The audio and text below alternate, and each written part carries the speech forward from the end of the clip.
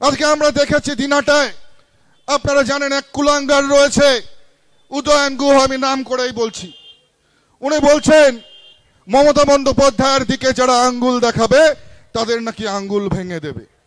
সারা পশ্চিমবঙ্গ জুড়ে হাজার হাজার লক্ষ লক্ষ মানুষ, স্কুল ছাত্রী থেকে শুরু করে স্কুলের ছাত্ররা, শিক্ষার্থীরা প্রত্যেকে আঙ্গুল তুলেছে, প্রত্যেকে বলেছে দফা এক, দাবি এক, মমতার পদত্যাগ।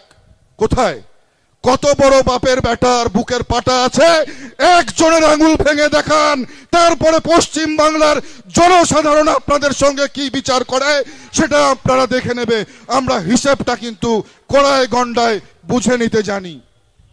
আজকে বলছেন জিন্স প্যান্ট যে মহিলারা পরে তারা নাকি আন্দোলন করছে, শহরের রাজপথে গ্রামে দেখা যায় না।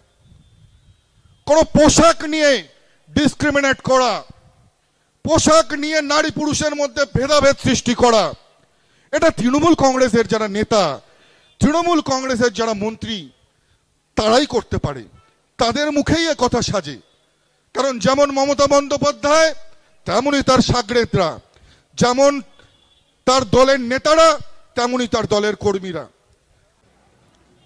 সারা পশ্চিমবঙ্গ জুড়ে 2021-এর পর থেকে যেভাবে মায়েদের উপর, মেয়েদের উপর অত্যাচার হয়েছে, আমরা একের পর এক ঘটনা দেখেছি। কুচবিহার থেকে শুরু করে কাকদ্বীপ, প্রত্যেকটা জায়গায় মায়েদেরকে অসম্মানিত হতে হয়েছে, প্রত্যেকটা জায়গায় মায়েদেরকে ধর্ষিতা হতে হয়েছে। আর আজকে এমন একটা ঘটনা ঘটেছে, আরজি করের ঘটনা আমাদের চোখ খুলে দিয়েছে। বাংলার মানুষের যে ধৈর্যের বাঁধ, সেই বাঁধ ভেঙে দিয়েছে, সহ্যের সীমা অতিক্রম হয়ে গেছে।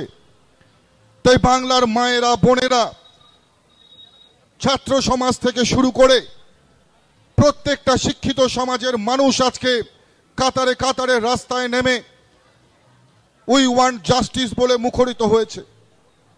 কিন্তু আমার প্রশ্ন একটা, উই ওয়ান্ট জাস্টিস আমরা বলছি, কিন্তু এই জাস্টিস কার কাছে চাইছি? কে দেবে আমাদের এই জাস্টিস? রক্ষকই যখন ভক্ষক হয়, সেই রক্ষকের কাছে কি কখনো জাস্টিস পাওয়া যায়? আজকে মমতা বন্দ্যোপাধ্যায় রাজ্যের মুখ্যমন্ত্রী, পুলিশ মন্ত্রী, আবার স্বাস্থ্যমন্ত্রীও বটে।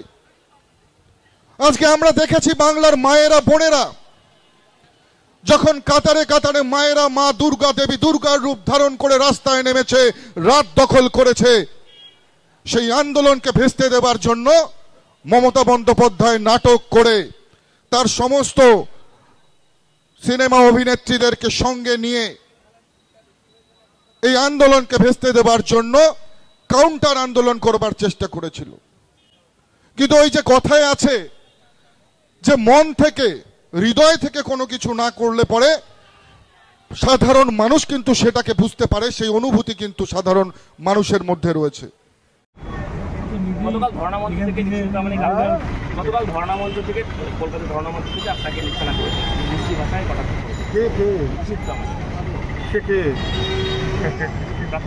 প্রাক্তন সাংসদ কোথায় থাকেন এখন? তার তো এখন পর্যন্ত দেখলাম না যে এই ঘটনাকে কেন্দ্র করে কুচবিহারে বা দিনাটায় তার নিজের কেন্দ্র, নিজের বাড়ির এলাকা দিনাটা মহকুমায় একটা প্রতিবাদ মিছিল বা একটা মানুষকে নিয়ে রাস্তায় নেমে এর বিরুদ্ধে সোচ্চার হওয়া। যার সেইটুকু ক্ষমতা নেই বা যার সেইটুকু মানসিকতা নেই, তার তো কথা না বলাটাই সবচেয়ে ভালো। ও যত কম কথা বলবে ও তত ভালো হবে, বেশি কথা যত বলবে তত ডুববে।